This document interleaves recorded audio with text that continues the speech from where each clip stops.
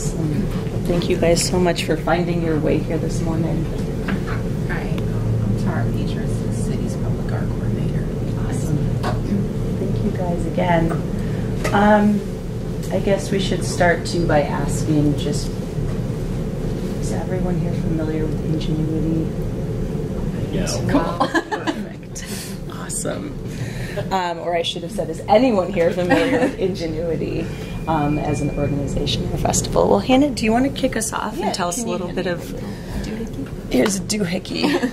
Do we want the lights on? Do we want the lights off? Let me just dim a little. Yeah. Is that like an awkward, like nauseous sort of half light state? Fine. Is that good? I think it's fine. Okay. Well done. Ingenuity was started as a 3-day festival called Ingenuity Fest, still probably what we're best known for here in the Cleveland area. It's a 3-day art and technology festival, which has increased in popularity over the 15 years. But in 2013, Ingenuity underwent a strategic shift to increase into year-round programming. So right now we run Ingenuity Fest, obviously still. We have a fundraiser called The Ball, which we will talk a little bit more about in detail. That's coming up on May 4th. Mark your calendars. It's going to be a really good time. And then we have Ingenuity Labs Incubator, which is an entrepreneurship incubator, just as it sounds. And then we run a program called Ignite, which is an entrepreneurship speaker series, but a little bit more focused on network and community building as opposed to the traditional accelerator incubator, as a lot of artists don't necessarily fit into those very rigid formats for those incubators and accelerators. And all of this operates out of a 300,000 square foot warehouse over in the St. Clair Superior District. So we have plenty of space to offer artists and creatives, and we invite them. We have a program called The Engineers, which meets weekly, every week on Thursday, to brainstorm, build, design, and perhaps most importantly, network with one another. And we'll talk a little bit more about that as we get a little bit further into this. But they basically help drive all of our artistic and creative programming, as we like to call them super volunteers, because they are volunteering their time, but they're doing so much more than just checking people in at the door for our events. They're really helping build all of the art that you see when you walk into our massive space. We've got some pictures later that can help describe it a little bit better, because it sounds a little bit funky, which it absolutely is. It's a hard place and a hard mission to like encapsulate in a couple sentences, but hopefully the pictures will help illustrate that a little. So we have plenty of space to devote to bored creative people who need an outlet for what they want to do, and a lot of our engineers work a normal day job. We have engineers, we have PR workers, we have the full gamut of professions and passions, but we give them space to create and to educate and network and help bolster the city of Cleveland through art and through creativity. And then we also have a pretty vast collection of tools and materials. If you walk into our warehouse, you'll just see rooms and rooms of materials and textiles and all sorts of things that fill rooms and rooms and rooms. So we love to see how they put all of those to work. So we like to say that Ingenuity is a machine that unites artists, entrepreneurs, and innovators through joy and collaboration, all in service to art, education, and civic progress. And we'll get into all of those programs a little bit more as we go in later, but that is just the broadest overview possible of what we do over in our space. Oops. There we go. So as I sort of touched on a little bit earlier, we do our large-scale events such as Ingenuity Fest and that Ball fundraiser.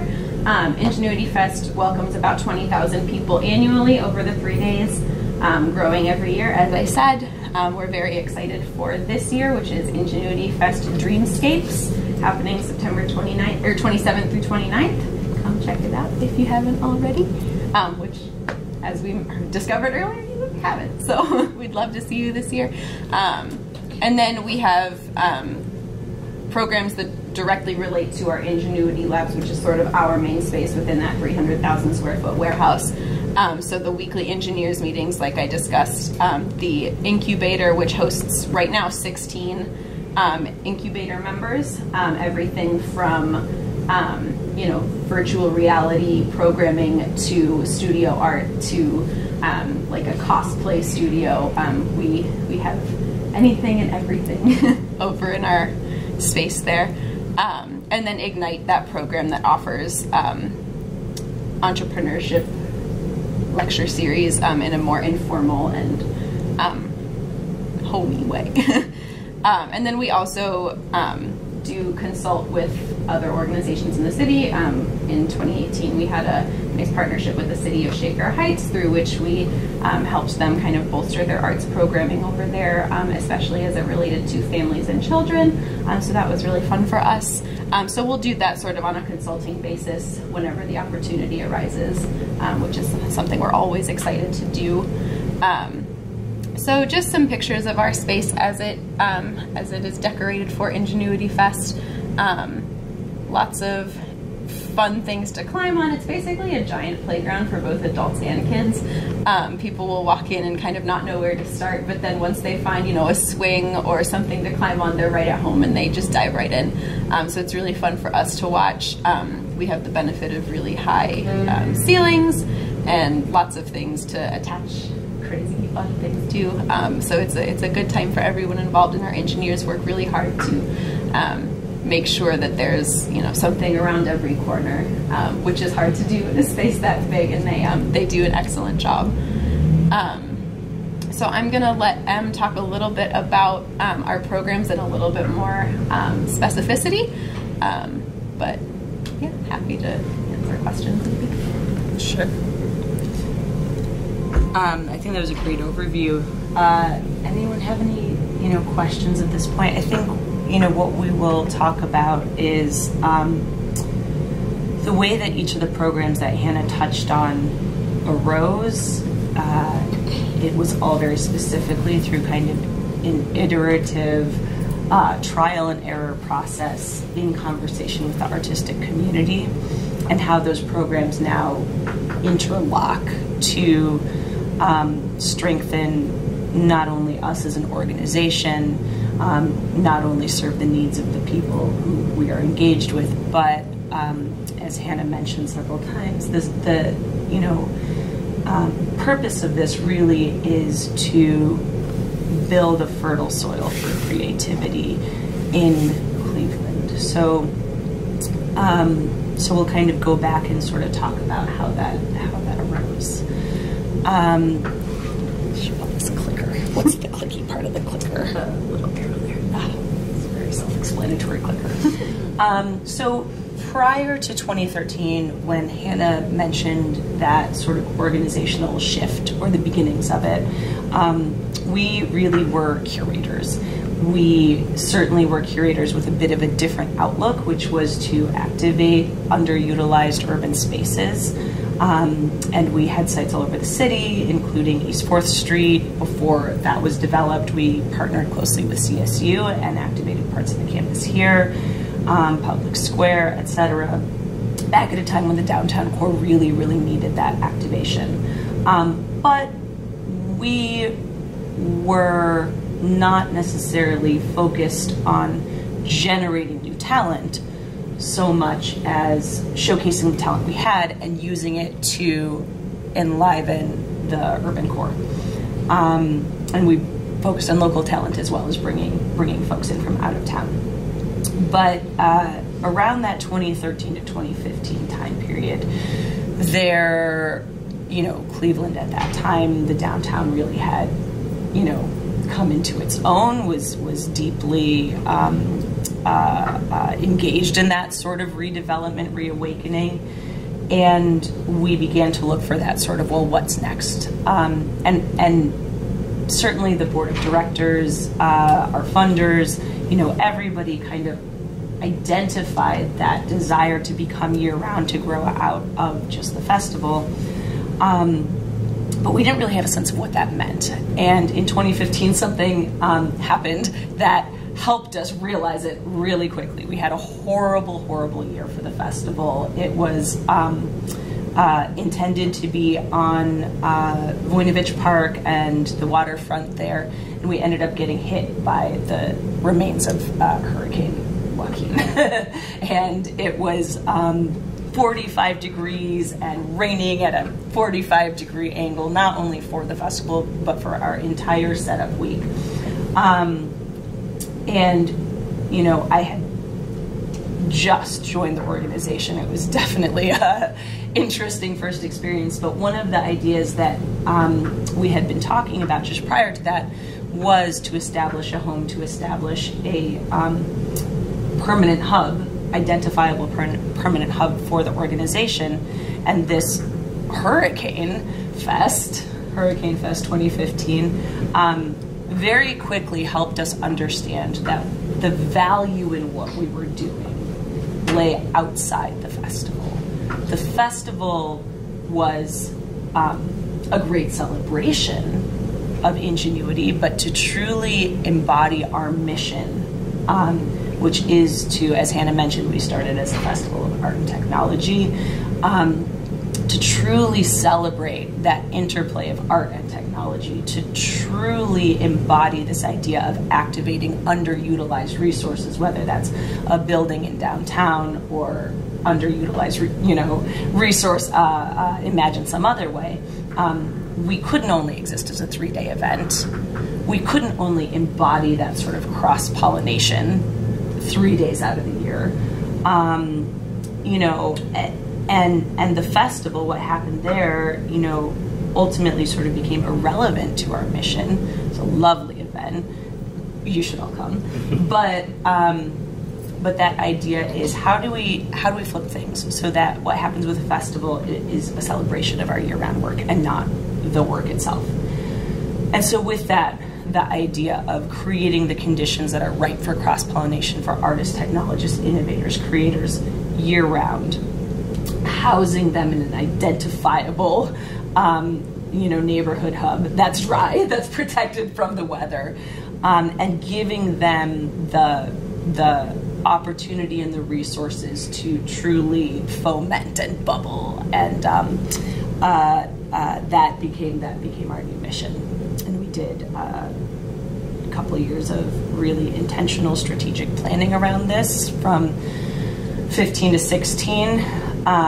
We visited other cities. We had already become engaged in the maker movement. Is everyone here familiar with that term, maker movement? Okay. This movement that's kind of focused on DIY and crowdsourcing and being focused on the local and what is, unique to your immediate community. So we had worked with the Cleveland Public Library to bring the Maker Fair to Cleveland. We were already engaged in that conversation at a national level with some national organizations, but we went and visited other cities. We looked at other cities' maker spaces. We looked at other strategies for creative placemaking. Is that a term that people here are broadly familiar with? Again, something we were already engaged in or what we were already doing fit really nicely into that format. I think already there was the sense that a lot of what is called creative placemaking is sort of, I've heard the term like drive-by creative placemaking, where it sort of comes from outside the community, gets plopped down, and then the people who have, imparted it are sort of already on the run to the next, So we looked at all of these things and we say, how do we make what we do rooted in the community, arising from the community, year-round, open, accessible? These were some of the key threads that we wanted to weave together and develop. We banded together with a number of organizations in Cleveland who were thinking these same thoughts. We have tremendous partners that we worked with to secure this 350,000 square foot building. It's the former Osborne Manufacturing Company in St. Clair Superior. We worked with Soulcraft Cleveland, Builders Exchange, a new company that does large-scale material salvage and reuse. Soulcraft is a wood shop that is essentially operated like a gym. You can go in, use your gym membership to build a table or a bench. And we started gaining momentum for this little cohort of like-minded organizations. Over time, we attracted a few established folks from the community, Morrison Dance, who I'm sure you guys have heard of Sarah Morrison's company and know well, and also some brand new entities, an architecture office that was actually sort of formed in the crucible of this Hurricane Fest, building a site-specific installation there, ended up joining us as well. So we had a very big picture of what we wanted to do. We had some great precedents from other cities. We looked at the local landscape. What are the resources available in town? Who are the other folks in town doing this work? Printed up a 60-page sort of summary of Cleveland's creative landscape that identified all of the learning institutions in town, all of the arts organizations in town, all of the individual maker spaces in town, all kind of circling around this idea of community building through the arts and through creativity and innovation more broadly. That's a term we use a lot to kind of supplement this idea of the arts. So a lot of the time when we're saying arts, we sort of mean more broadly creativity and innovation. And then we set forth to experiment. We did not do a capital campaign to fund our activities, you know, and build this building up to a facility. We started very small, scalably, iteratively, thinking about how we could occupy this space and have it be an open-door community hub. And the three programs that Hannah identified, in addition to our large-scale events, is what has emerged over the last, we've only been on a formal lease at this building, just coming up on 2 years now. So the first part is that we opened the door to create an incubator. And that incubator is very specifically focused on creative pursuits and providing tools and space to those creative entrepreneurs.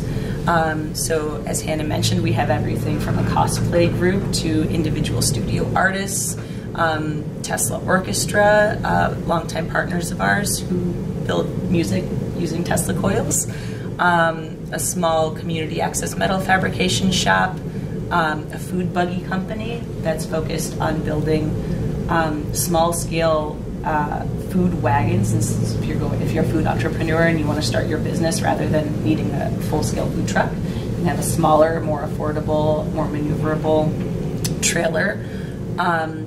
Certified Flame Effects professionals, the only folks who do what they do in our area.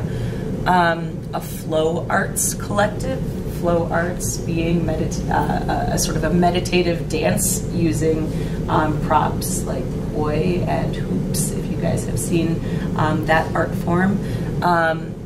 And the idea for the labs is that the people who are being incubated are not only focused on their own work, developing their own practice, but they are specifically chosen because they are developing an outward-facing approach to the art that they do. So we've cycled over 3 cohorts of incubator tenants, and when they apply, they're specifically asked, you know, how is your art or how is your innovative project intended to serve a broader community, and what can we do to help you develop that outlook? And so in our space, we now have programming provided most nights of the week through one of these incubator members, whether it's the Flow Arts Collective hosting an open flow jam, teaching people how to get into this meditative state using different props into their bodies, flame effects and welding workshops, etc. And it has taken us time to develop that. It's, you know, the first cohort was basically chosen because they were willing to come into our building and help us figure it out. Rust Belt Riders was a part of that first cohort. They were already an established business collecting food waste on bicycles from around town, but they'd never operated a physical footprint. They launched out of our incubator into their own 10,000 square foot space within the building as our subtenants, and they continue to provide feedback and work with us on making this program effective. So that's that type of regenerative kind of community building and growth that we're really focused on. We've had other tenants, Fire and Light Performing Arts, you know, try out a studio model. So she moved in, she was curating these performance artists for different events and performances throughout the city, said, hey, I want to use your incubator space to try opening a studio. She held classes, as many as 22 per month, tried that out for a few months and said, actually, you know what? This is not working for me. I want to focus on the talent, the booking part of my business, and I don't seek to, you know, have the studio model and what is the word I'm looking for? Repeat what's available elsewhere through other dance studios. And this didn't work for me. And so after a few months, she was able to figure that out very quickly and at very little cost to herself, while also providing some amazing low-cost programming in our space during the months that she was trying it out. So now she's moved on to the next model. She goes and she books talent for events using these talented dancers all over town.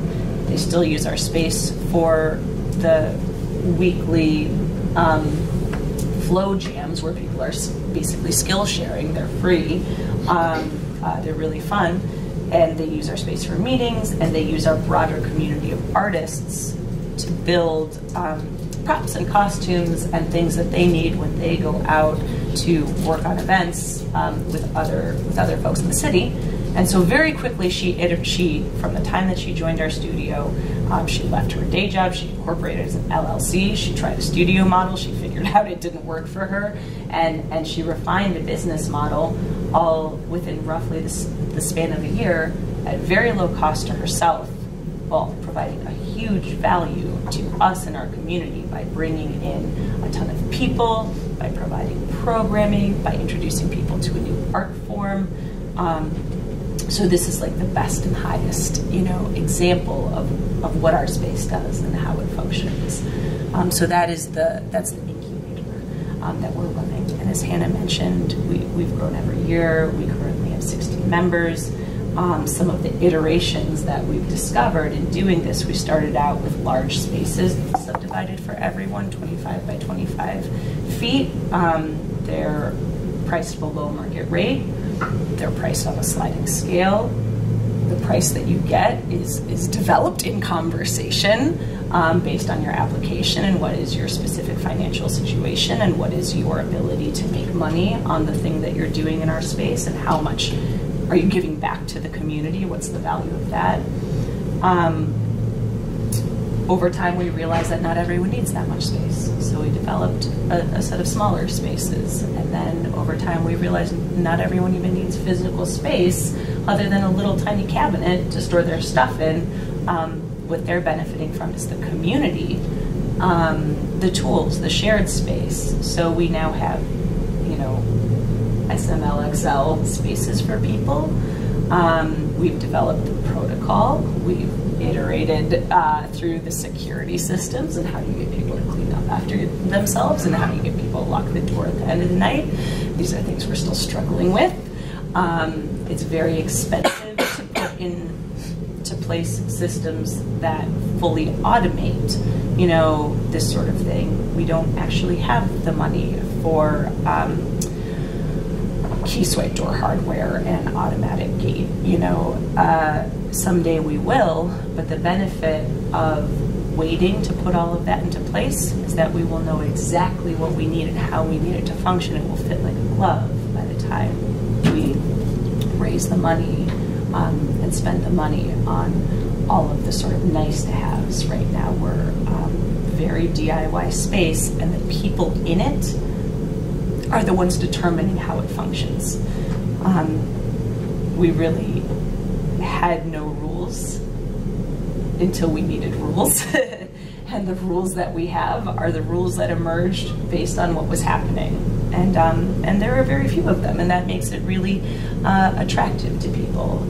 It's one of the few places that you can come and actually hang out after work and work on something creative and have a beer, you know, or kind of come as you are.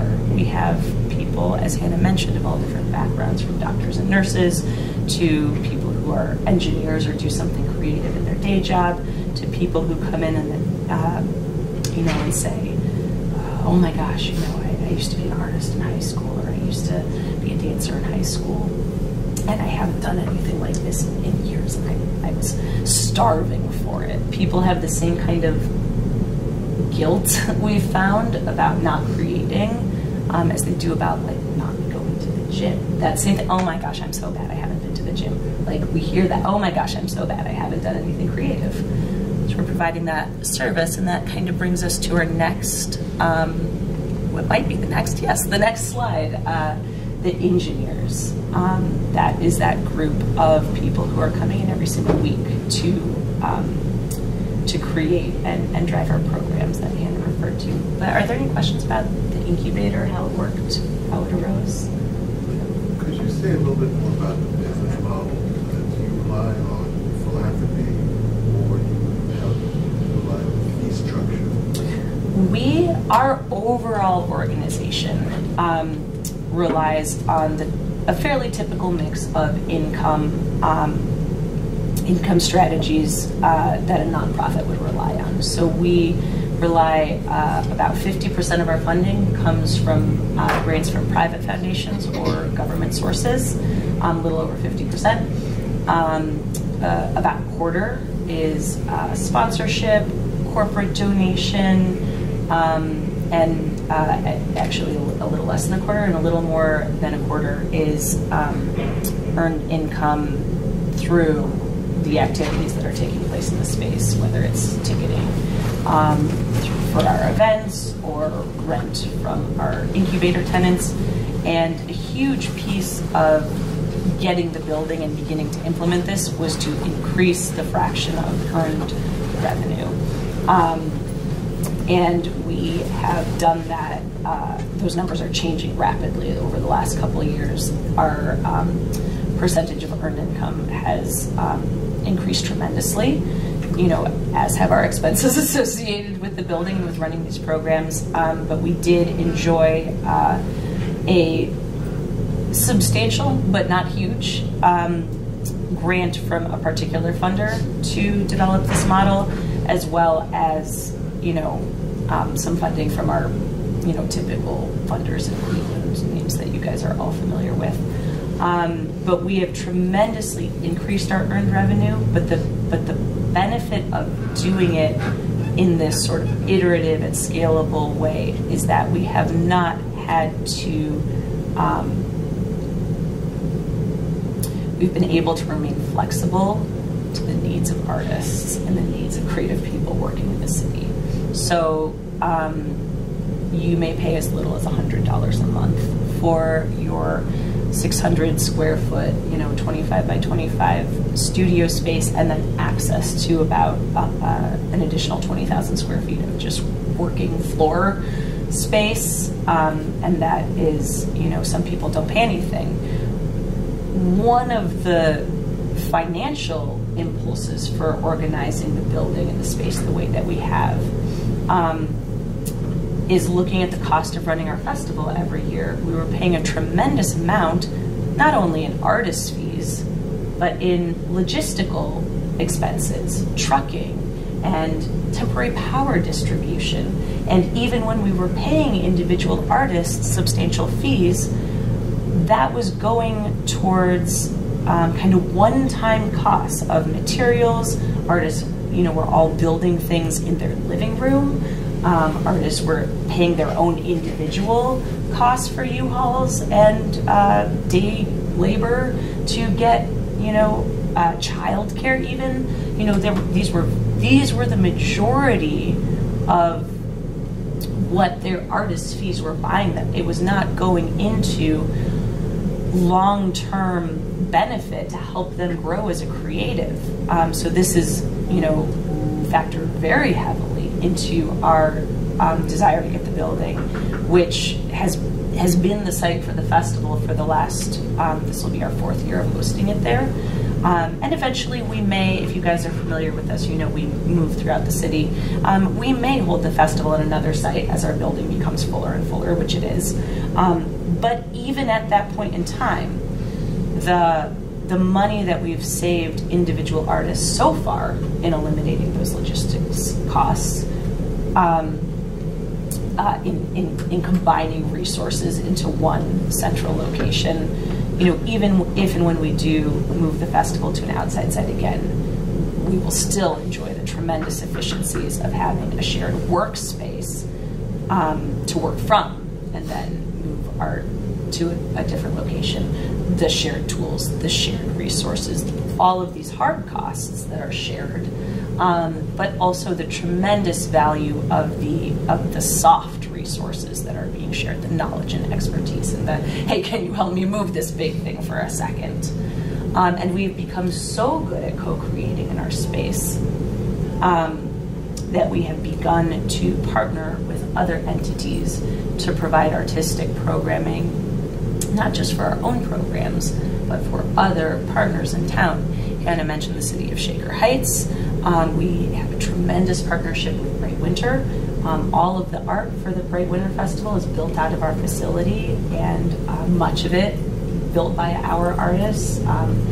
And all of that gets brought over to the Bright Winter site, gets brought back at the end of the event to our festival, and then gets disassembled and rebuilt into something new. So we're doing a tremendous recycling of physical stuff, and hence the rooms and rooms of textiles and wood and broken down flats. We get donations from theaters if you have stuff that you're looking to get rid of, and vice versa. We supply,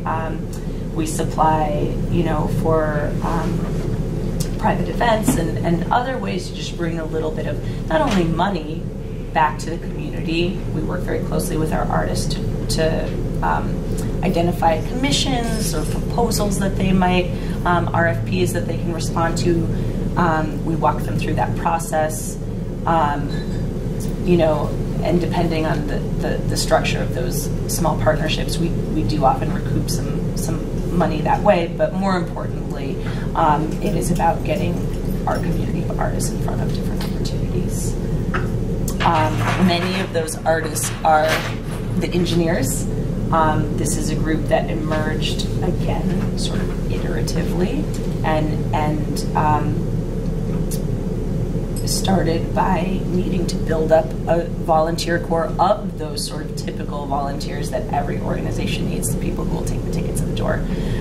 Very, very quickly, we realized that the way to keep a community of volunteers engaged is to give them something more interesting to do, and that is, we very quickly started putting the visioning, of this building and this space to this group of people. We began meeting, not just the day of the event, whatever event we had coming up, not just the week before. All of a sudden we're meeting, 4 or 6 or 8 weeks prior, building art, building decorations, building activities even, and this quickly turned into meeting year-round. We meet every single Thursday and many Saturdays, depending on what we have coming up. And all of the people who are working with us help identify projects they want to work on, drive the vision. Many of them are paid. Many of them are volunteers, one project, and then the next project round, there might be a little bit of a paying opportunity for them, and then they go back to being volunteers. So it is a way to disperse little bits of funding to a wide community of people, but the expectation really is, you know, you're there because you're getting something out of it, and you have to help direct your own experience. You have to tell us what you want to get out of it, and we'll support you as we can. So a lot of the people who are part of the engineers community are working artists attempting to, you know, or even having just recently left a day job, left, you know, some other, and many of them are pure hobbyists, and many of them are, you know, got dragged there by their friends and fall in love with it and realize that they, you know, while they never thought of themselves as a capital A artist, they actually are, you know, or they have something else to offer. People cook every week. This is run like a potluck every week. There are people who clean the dishes every week, and that's their kind of contribution. There are people who do the fine electronics and little interactive, you know, bits and bobs that way. There are people who are heavy-duty carpenters. There are people who come in and say, I want to do this, and sketch an idea on a napkin. And have no idea how to build it. There are other people who say that they have no creative impulse at all, but the second they see that napkin sketch, they're problem solving and this and that, and oh, you got to do this first, and that's going to fall down, and da da da da da.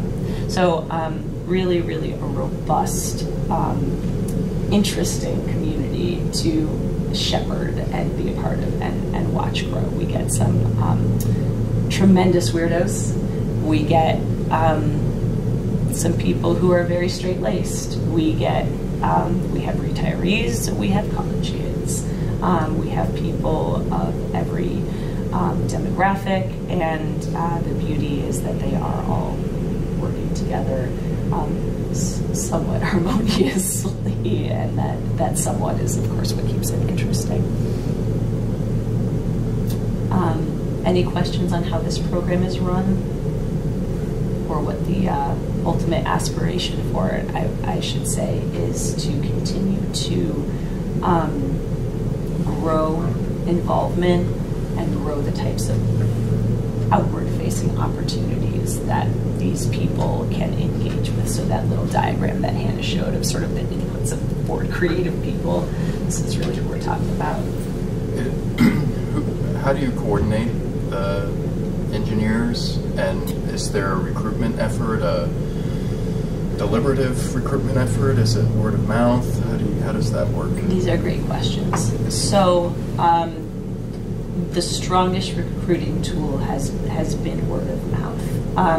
We certainly talk about the engineers wherever we go at programs like this, and a lot of times people are like, oh, I gotta go check it out, or my son or daughter or my coworkers or whatever. We organize the group sort of along a couple channels. We weekly communicate to them. We have a Google group, and the most robust tool is a Facebook group for them to communicate amongst themselves, so which they do. You know, oh, hey, did anyone see this thing over there? You know, I want to build a whatchamacallit, and then all of a sudden the conversation is off and running on ways to do that. We certainly amp up, you know, publicity for workshops around big events. So we will kind of have like a two-style workshops. There are kind of internal workshops, which happen most of the year, and then when we've gone and specifically publicized through channels workshops leading up to our big events, we will put a little more structure around that day. We'll make sure there's a leader that day, and that person has gone and gotten materials and has kind of organized a layout and has workstations set up, and there are tables and prototypes, you know, and so we'll vision those workshops in advance and have a leader to go actually put those pieces into place for those more publicized workshops. But people do show up all year round, not just at those times when we're getting a big influx. And usually, you know, we will, the way that the workshop is run, people sort of filter in after work around 6 o'clock. They're all meeting and greeting and updating each other and doodling on little things, and then we'll usually have dinner around 7 o'clock. We'll have some sort of a funky informal meeting. We'll talk about the project coming up. We'll talk about what we're working on. We'll get individual announcements. Just, you know, Hannah's got a gallery show coming up she wants everyone to see. You need help cleaning out your basement this weekend, but there's a lot of good stuff that you think people would be involved in, so you say. So you're luring help that way. I see these people hanging out socially with each other all the time outside of our four walls. I think that it is honestly one of the quickest ways to get a group of friends in town. I think everybody, you know, understands that there can be some isolation as an adult, and it's not easy to make friends. And the idea that you go to the bar and like strike up a conversation with the person next to you is not, you know, we get a lot of transplants. We get a lot of people from the coasts who come and go, oh my God, I didn't know anything like this was here in, my goodness, in Cleveland, in the middle of the country. This isn't even LA or New York, geez. You know, we get a lot of people being surprised that something so wacky exists. We see people asking each other for paid gigs outside of our four walls all the time. Resumes go back and forth all the time. People recommend each other to jobs at their respective companies. So it truly is a social as well as an economic network. It's a very strong network of people who are truly committed, not just to what they're focused on individually, but on helping the artistic community kind of grow and strengthen. Could you talk about your staff structure? Like, how many employees do you have and what do they do? Well, you are currently looking at 4/5 of the staff. We have, prior to this month, we had a staff structure with a part-time executive director, myself as the artistic director, and Hannah as marketing and development. And you're full-time? We're full-time. Just recently switched to a staff structure with me as the organization lead, and I am currently hiring a part-time managing director who deals with, you know, primarily bookkeeping, insurance, permitting, compliance, rent collecting, and Hannah does way more than any one individual human should through marketing and development efforts. And I also, you know, deal with a lot of diverse tasks every day. But the way we make it through is by relying on a very engaged network of contractors, many of whom are pulled directly from this community. So for instance, Violette, the lady who runs Fire and Light, worked with us as a programming coordinator all throughout last year. And it was a very intentional partnership where, as she had left her day job, she was a financial planner, and moved into this artistic, you know, pursuit, she not only got financial stability from us in that transitional year, but essentially learned how to run a nonprofit over the course of the year. We're so tiny that anyone in the office is learning how to do anything and everything all at once. So she worked with us through the entire course of the year as a program coordinator, helped with a lot of the marketing efforts, dealt with the engineers, you know, just truly became engaged in and she'll return in the following year just as a volunteer coordinator. We have a tremendous intern from CSU right now, Jenna Thomas. If you guys know Jenna, she is, again, you know, engaging with many, many aspects of the organization, but focused primarily on marketing and working closely with Hannah on some of the development as well. We have brought in a new programming coordinator who will again work with us through the course of the year, and chances are also step back into a smaller role after this year. So working in this way, we're bringing people in, we're throwing them in the deep end, We're teaching them a lot, and then we're keeping them engaged with whatever it is that they were best at. So many of the engineers have had contract positions with us since we moved into this role. Many of the artists we work with will take a contract position with us over time. So we may have as many as 10, hefty contractors over the course of the year dealing with managing our sustainability program, managing vendor coordinations, acting as a coordinator, especially in times that we have one of those consulting contracts, like Hannah mentioned with the city of Shaker Heights, which was revised many times, or reprised is the word I'm looking for, to focus on different things. So we have a very engaged board. Everyone fights above their weight, in our organization, and that's typical of so many nonprofits. So you rely on, rely on volunteers to manage the building? No, we do not rely on volunteers to manage the building. We will hire contractors from our volunteer pool. We have 2 site managers who manage the physical space of the building. In terms of day-to-day, I call them the 2-man team against entropy, but as far as management in terms of rent collection or, any of those logistical issues, that's managed at the staff level.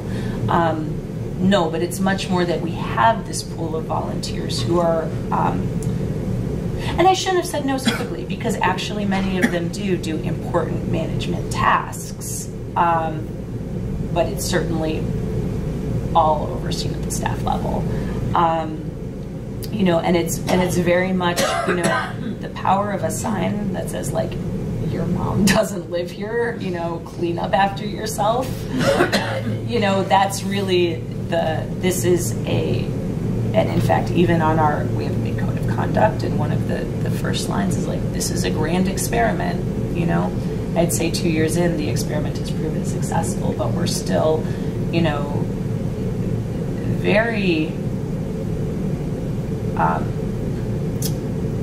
transparent about the fact that, like, this community and this project and the building all works because you guys are here and you want to be here. If you don't want to be here, and you don't act like you want to be here, there really isn't a point. It's not for us, it's for them. And most people, I think, really pick up on that and find their little niche of what they want to contribute. I think the last program to talk about, really quickly, broke it. No, didn't break it. So these are some of the installations that these guys, have come up with, and we have as the artistic director, I have a light touch, on how things develop. It's really through that design process. We have whiteboards and the big Post-it notes, and we sit around and we draw and we sketch and we make fun of each other's ideas, and something like lovely emerges. We work with tons and tons of local partnering organizations. That's Scotty, who runs Negative Space. He works with us every year. Tons of independent theater companies and dance companies, et cetera, et cetera. Some of the engineers. Hannah mentioned, and I do want to pick up on this, the importance of stuff that you can climb on and play on. We are very, very focused on things that get you out of your comfort zone and have you physically, it's much, again, the idea that, like, people don't go to the bar and strike up a conversation with the person next to them and become fast friends. Even at a festival or another kind of large-scale social civic thing, it's really hard to strike up a conversation, especially a meaningful one, with the person next to you at a concert. You see these guys often, you come here, but so the idea that you are getting physically out of your comfort zone creates really lasting relationships during the year through our programs, through the engineers meetings, et cetera, et cetera.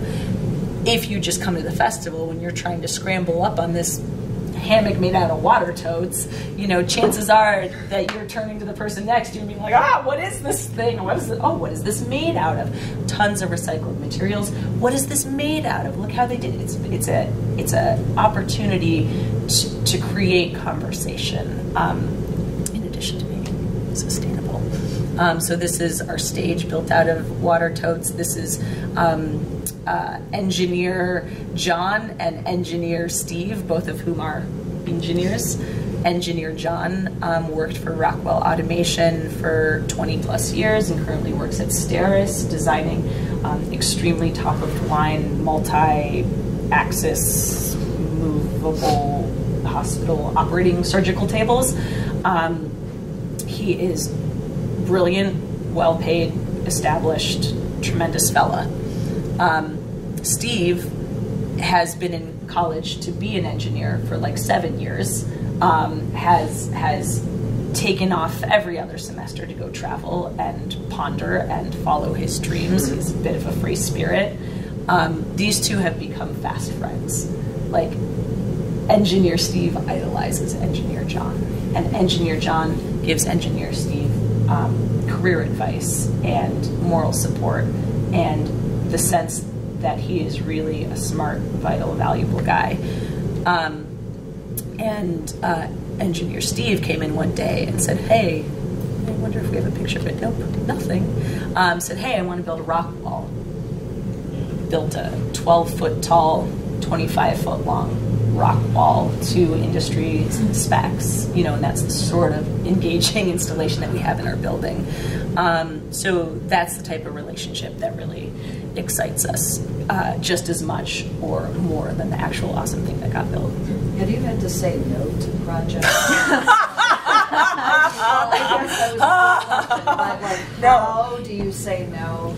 How do you vet the projects and say no without demoralizing people? It is really freaking difficult. Yeah. And I think Hannah's, you know, nodding her head too, because, you know, we try to be very encouraging and respectful of everyone, but there's certainly those closed door conversations where it's like, oh my God, so-and-so, can you believe what he did? He's driving me nuts, whatever.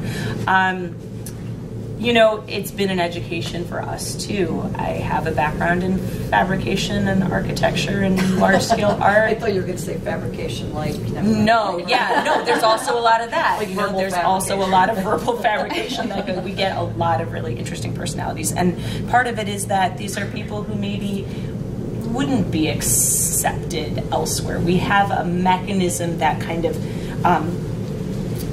it incorporates people regardless of how far out there they are, but the kind of swirling energy of the whole like draws you towards the center. And if you're out there consistently, you're getting knocked about a little bit by all of the people who are like, no, that's not how we do this. You know, hey, you drew over someone, you're talking over someone else consistently. You drew over their design. I mean, we definitely have that. You know, somebody's painting something and someone else comes in and is like, oh, right. You know, but it is, the community itself is a little bit self-regulating, but we spend a lot of time managing personalities. Yeah. I mean, I will say too, kind of the beauty of the people like Engineer John and kind of the people who are there every single week is they've gotten really good at, you know, taking the big, crazy, wacky ideas and paring them down to something that is a little bit more achievable and attainable in whatever time or with whatever resources that we have. So while it is a big conversation a lot of time at the staff level, those engineers who have been with us for a long time are really good at kind of visualizing the actual scale that we are capable of accomplishing. And it's interesting too to watch at the staff level kind of how those things change from, you know, oh, I want to build, you know, a giant rock wall, for example, into like, okay, how do we do that in our space safely and make sure that everything is up to industry standard or whatever. And so watching kind of all of that conversation and continued education in a way is really fascinating too for us. And I think, you know, it is a huge win every time that community self-polices and we don't have to. And there's also, you know, seeding the conversation to this person or that person and then watching it, you know, filter back out into the middle. I think that's a great question, by the way. And at the same time, I think we are also, we do also push. We both say no on one hand, but we also kind of say, hey, if we're not pushing, if we're not doing something that is a tiny bit out there, a tiny bit scary, what is the point of us? We're not. So, does anyone have any time? What time works for that? Now? No, yes. No. Oh, I was going to say we reserve all the way through 11, but usually we go until about 10:30, and then open it up to Yeah. So you still have time if you Well, no, I do have a couple more things, but I want to, that's great. I just wanted to be respectful of people's times. But are there any other questions so far? Filling in some of the pieces, Yeah. could you talk a little bit more about the fine arts, and the different disciplines represented? I mean, are there definitely sculpture, but painters and ceramic artists and printmakers? So there are.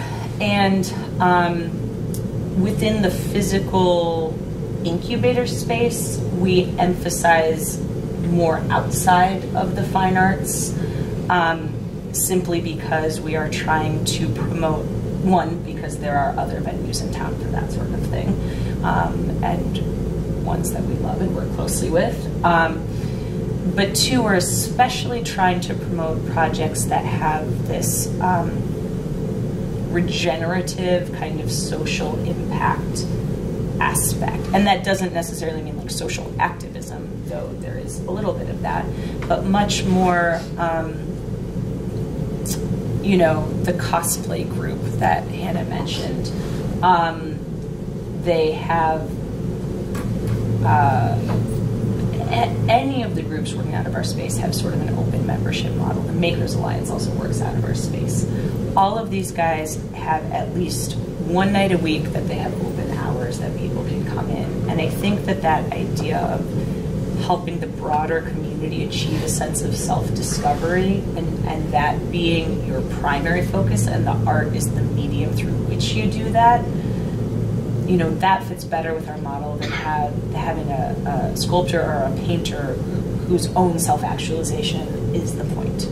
So we do have fine artists, painters, sculptors, people from CIA, people, who have that background within our space, but they're all working a little bit non-traditionally, whether it is through new media, so they're working with electronics and Arduinos and Raspberry Pis and other delightfully nerdy things to use their fine art background paired with new media to have a broader, more interactive style in their own work, and what they're doing out of our space is actually actively having those collaborations where both halves are learning. The fine artist is learning from the technologist, and the technologist is learning from the fine artist. Or we have painters who have their own studio practice, but they're very engaged in these kinds of large-scale artistic pursuits. So that's the Space 365. That's kind of our approach to fine art. With regard to our large-scale events, we have an open application and we curate everything. We curate a lot of this big, immersive, interactive artwork, but we do also curate fine art. We work with different galleries around town to curate fine art, but again, that's really going to specifically benefit from our large-scale, raw, unique space. The building's ultimate incarnation will probably include more studio space for individual practice. We're just not there yet. We have the building about a third to half full, depending on how you count, and certainly are busily planning for the next phase of our evolution with regard to that, with the building's long-term potentials, and private studio spaces certainly included in that, but the community focus has come first. What do you see as your next phase of evolution? Do you have to grow into something to make it sustainable, or do you kind of want to remain funky? Both. Yes. Yes, what you said. One model that we like is to think about, a very organic model. So what's happening in a forest at any given time is that you have things blooming, you have things kind of falling down and decaying and being broken up and feeding the soil, and then you have new things blooming. And in my background as an architect and an urban planner, I thought about this all the time. The most successful communities are not those that sort of gentrify into completion, but those that still have raw space and funky space and chaotic space. Scale that down to the level of our building. There should always be places for experimentation and sort of that funky, there should be places for that. There should be places for a more polished set of activities. And there should be places for, so places for building, places for sort of displaying and reaching out to the public, and places for, that kind of tearing down and breaking apart. And so as we enter the next phase, we kind of think of this as a successful pilot. We were funded for 3 years to explore this concept. We have a little over a year to go. We're about halfway through that funding period, and essentially at this point, we're very hard at work, in addition to doing all of this, exploring the long-term feasibility of running this model in our current building, looking at potential other sites to run this model. We're running the numbers. We're working with architects. We are exploring long-term site control. We have a very close relationship with the building owner right now, but we don't own the building. So that's the work of the next several years. And of course, discussing all of that with our funders and with other, we've enjoyed tremendous support from the large-scale funders in town, from entities like the Office of Economic Development at the city, and through our other partners in the building too, many of whom are nonprofit, many of whom are for-profit. So everybody right now, is exploring, their future. For us, regardless of which way we go, our mission really, as an experimental organization, is to innovate these new forms, and we may end up scaling back slightly. If we do, it will have been certainly in service. What we've done will have been in service to our mission. What we leave behind, will be a functioning large-scale art space, unlike any other. But right now, it looks as if we'll be able to continue to kind of scale up and iterate. Who owns your building? A private, non-developer, not just a couple guys, a private partnership. Yeah. I want to talk just briefly about one other program that Hannah mentioned that has been sort of the natural outgrowth of our work in the building. These are the engineers. They're a bunch of goofballs. That's a can of whipped cream. He's about to get it in the head. He was opening up his mouth to get it in the mouth. I was like, it's going to end up on his head. This was our Friendsgiving appreciation dinner. Nothing. I'm interested in getting involved as an engineer. What do I need to know before I come? Nothing. Just, this is so great. Hannah, you built in this slide to answer the recruitment question. We've got plenty of folks who can show you the ropes. Ignite. So Ignite is our more formal track for formally informal track for creative entrepreneurs. So the idea that the people that we were seeing every week are engaged in artistic pursuits not only within our four walls, but increasingly being awakened to opportunities outside of our four walls. If they were not already, they now are, looking for calls for artists and proposals, and needed to learn how to respond to RFP and shape a proposal, needed to learn all kinds of other skills relating to marketing and web design, needed to learn how to find funding for their startup pursuits, and we were spending a lot of time one-on-one, you know, sharing knowledge that we had or connecting people to other folks in our network. So we created Ignite, which is a bi-weekly entrepreneurship series focused on creative entrepreneurs. Like Hannah said, those folks who do not fit into a formal accelerator or incubator, don't have the time to dedicate, might not have the business background. And really the goal is these very down and dirty, like actionable, you leave and you know something new to do that day classes. And we have a little bit of a unique approach in that we do bring in entrepreneurship experts from all over town, partner organizations like Magnet, ECDI. We have folks come from the Think Box. We've had speakers who run their own consulting firms, et cetera, et cetera. But we pair those entrepreneurship professionals with knowledge from our own community. So the idea is that 92% of the people around you, whether they're your other incubator co-tenants or other engineers, have dealt with some piece of the puzzle that you're struggling with.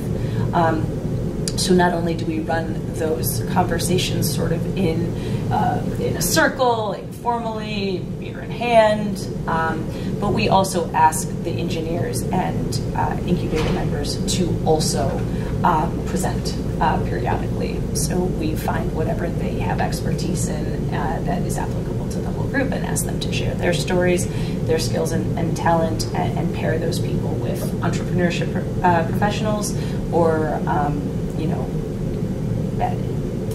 this format is somewhat flexible to accommodate a panel, individual speaker, but it's very conversation focused. And new this year, the next iteration of that is to start a new Ignite Impact Award segment of the program, where some of these people that we've seen week after week coming to the programs, asking great questions, and have recognized that those guys are actually at a threshold moment in whatever their creative pursuit is.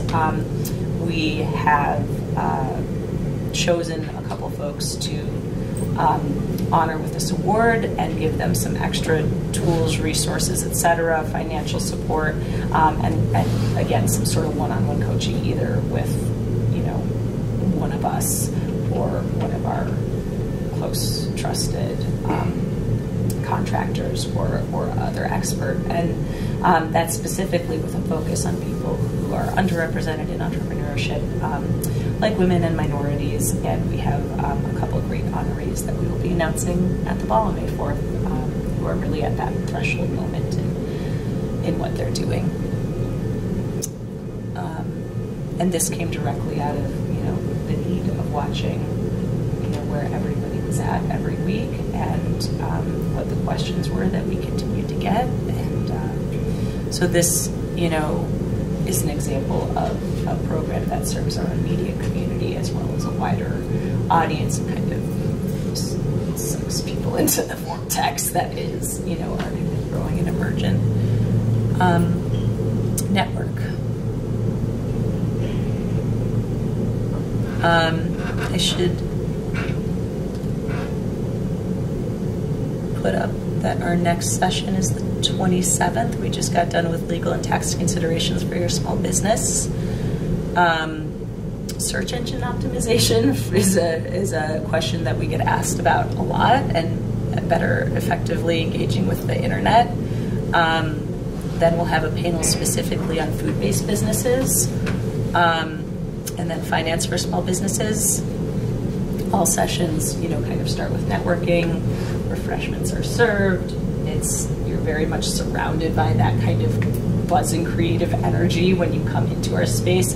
There's art everywhere. There's half-finished projects all over the place. So when you come in, that kind of signal that you're in an informal and kind of robust creative environment and not in a corporate office or a kind of dry incubator space, accelerator space. It feels very different than going to Jumpstart, but again, we work closely with those representatives as well. What else is on here? That's pretty much it. Pictures. Yeah. Pictures. There's Ignite. That's our space. That's Tom O'Brien from Neighborhood Connections talking about how to get a group of people together, in your immediate neighborhood to raise money for your projects.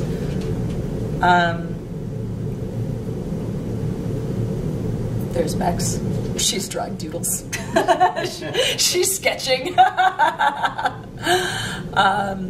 Yeah. Dreamer's Ball, do. Great. More structural questions, more questions of other sorts,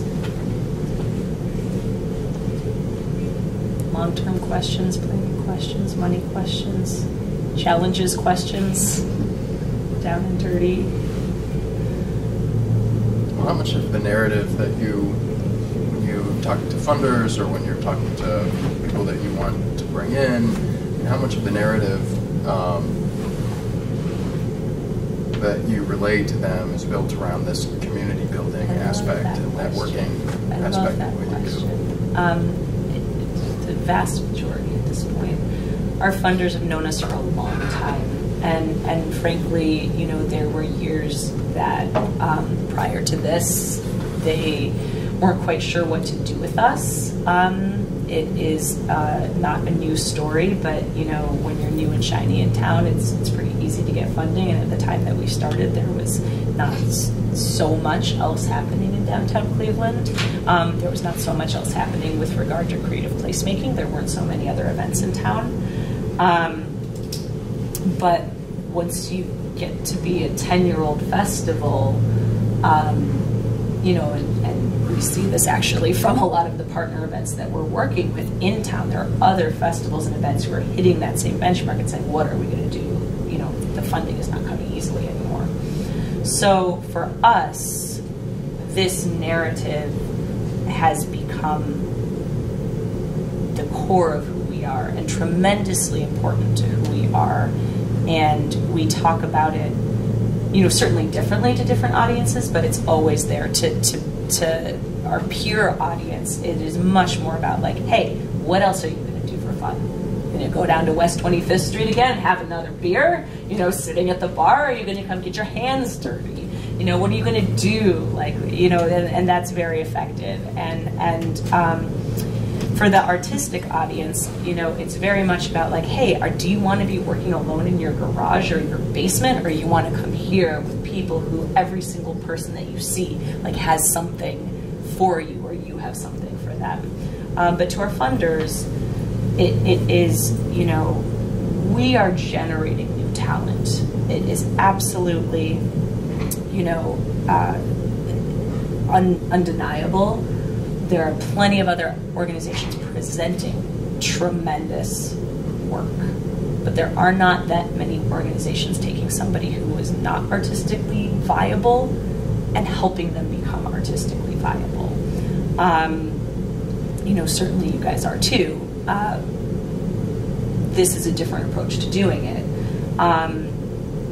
The conversation to our kind of corporate partners is very much about brain gain and what it is like to be a young creative professional who's graduated college and either just moved home from a big vibrant city or has moved here from choosing this against a different sort of a city, a big vibrant city, and coming here and finding out that we are actually big and vibrant too. that idea of finding your network, finding your community, making friends, that idea of making your neighborhood better. We're very, very deeply, in tune with St. Clair Superior and work closely with the CDC, et cetera, there to make that specific community better. We have a lot more work to do in being integrated to the people who actually live in that community. That's a challenge that we're still addressing, but we're really enjoying being on that journey, and we've had some great success there. So yeah, this is our main story now. People have known the fest for a long time. Those who know it love it. Those who come to it for the first time pretty much love it. But there are also people who don't get it, who come in and say, oh, this, if you touch anything in our building, the chances are, it's not clean, it's not super polished, it's not, but it is very much its own thing, and it is a really nice complement to what's available elsewhere. So with the foundations kind of moving away from providing operating support, how do you feel like reliant on that, since it's such a big part of your income? Well, I think that our numbers over the past few years show a really positive story and a really tremendous growth towards earned income. I think that we have scaled our earned income about as fast as could even reasonably be expected, especially given our staff size. And we have quite a positive response to that. So there's that. And the statistics, also really speak for themselves when we talk about the number of paid opportunities we've created for artists in a given year, the number of artists who have come in and out of the incubator, the number of artists who say that they have, if you look at the information from Ignite, 100% of respondents say that they followed up with a contact that they met during Ignite. 100% of the respondents say they were able to put into action a new idea that they met, that they were introduced to that day. So you are able to get foundations to give you operating support based on all that? Yeah, but it hasn't actually changed radically from the operating support that we always enjoyed. Like this project, if you look at the number from year to year with regard to operating support from all of our major funders, has actually been pretty consistent. That's unusual, that's just unusual. Well, there's always fluctuations and stuff, but it's not like this, this project increased our annual budget significantly, but even from the beginning, a lot of that was offset even in year one with earned income, and especially with those consulting contracts. That's provided a huge piece of the bridge, and because we're able to take or not take those depending on the annual outlook, that's something that in and of itself, those consulting contracts are not long-term sustainable for us because they're not our core focus. But increasingly, we are pulling from our community of artists and contractors to achieve objectives under that consulting contracts umbrella. So we're actually actively passing paid work to our community, with our oversight, and that is another tremendous indicator of success. We're generating a culture of experts, who all bring to it something different, whether it is, event planning and organizing, people who are curating music and providing sound engineering, stage, setup, hands-on artistic activities. So we over the 3 years that we worked with the city of Shaker Heights, for instance, skeletonized what we were doing and brought in more and more and more of our community as contractors to do that.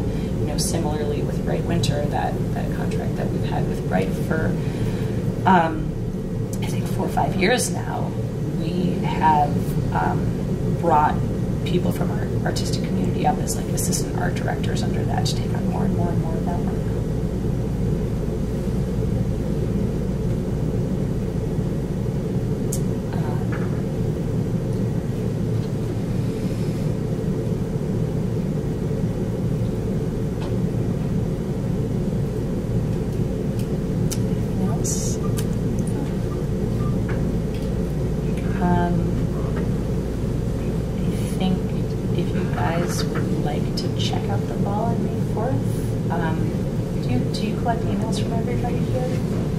Anybody who registered or signed in on the way in. I think we'll maybe pass you like a discount code or something if you guys want to check it out. Yes, absolutely. And thanks for your time and listening to us, and maybe come get a physical, complimentary picture of what goes on.